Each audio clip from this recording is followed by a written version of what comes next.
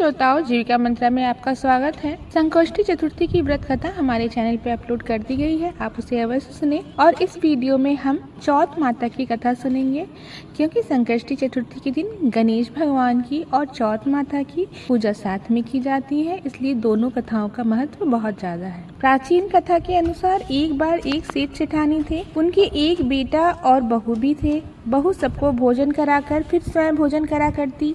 उनकी एक पड़ोसन ऐसी भी थी जो रोज बहू से पूछती कि बहू आज क्या बनाया। बहू कहती ठंडो बासी। एक दिन उसके पति ने ऐसा सुनकर विचार किया कि आज तो पकवान बनाए जाएं, फिर देखें मेरी पत्नी क्या कहती है। उसने तरह तरह के पकवान बनाए और घर के सभी लोगों ने एक साथ बैठकर भोजन किया। आज भी पड़ोसन ने पूछा तो बहू ने वही कहा, ठंडो बासी। सेठ के बेटे ने सोचा, हो न हो कोई बात जरूर है जिस कारण मेरी पत्नी ऐसा कहती है।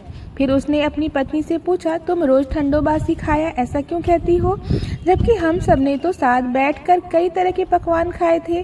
तब उसकी पत्नी बोली, हम सब जो खा रहे हैं वह हमारे बाप दादाओं की कमाई है। जिस दिन आप कमा कर लाओगे उस दिन मैं समझूंगी कि हम ताजा भोजन कर रहे हैं। सेठ के लड़के ने इस बात पर खूब विचार किया। फिर एक दिन अपनी माँ को बोला, माँ मैं एक बड़े शहर में पैसा कमाने जा रहा हूँ। माँ बोली, बेटा हमारे पास तो इतना धन है कि खाए नहीं खाया जाएगा। माँ के मना करने पर भी बेटे ने खुद कमाने का निश्चय कर लिया और जाते समय अपनी पत्नी से बोला कि मैं जब तक कमाकर बहुत सारा धन लेकर वापस न लौट जाऊं, तुम चूल्हे की आग मत बुझने देना। और फिर एक दिन चूल्हे की आग बुझ गई।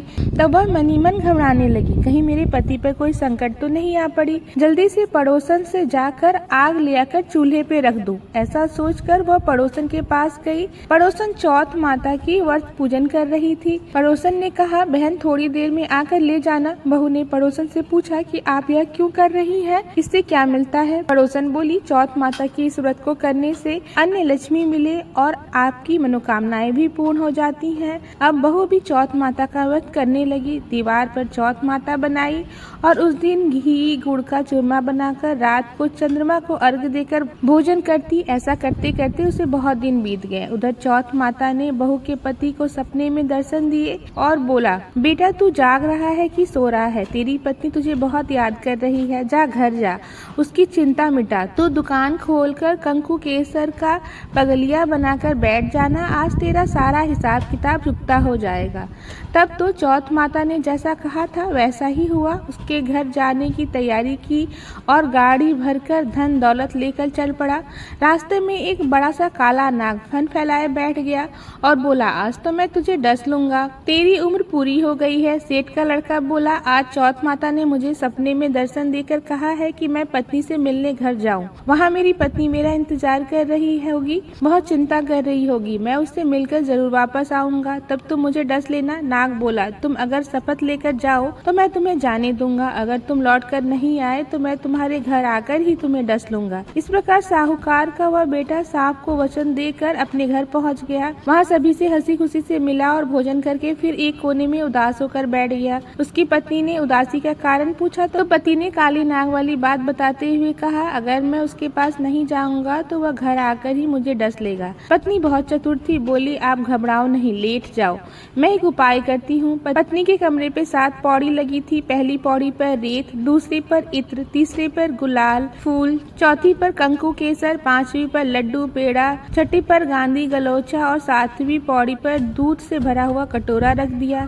इस प्रकार वह 7 ही पौड़ी सजाकर बैठ गई।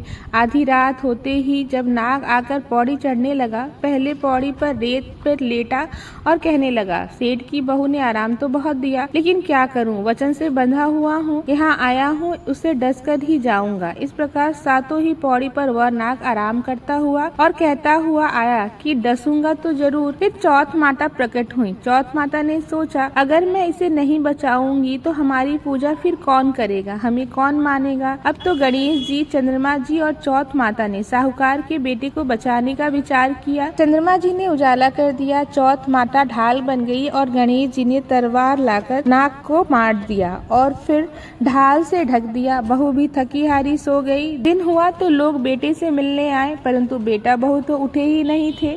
बहुत देर हो गई तो माँ ने उन्हें उठाने के लिए गई।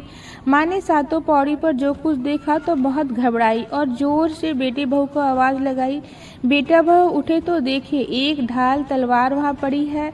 तब ढाल उठाई तो वह काला नाग मरा हुआ पड़ा था। बेटा बहू ने सोचा कि आज तो धर्म कर्म ही आड़े आए हैं।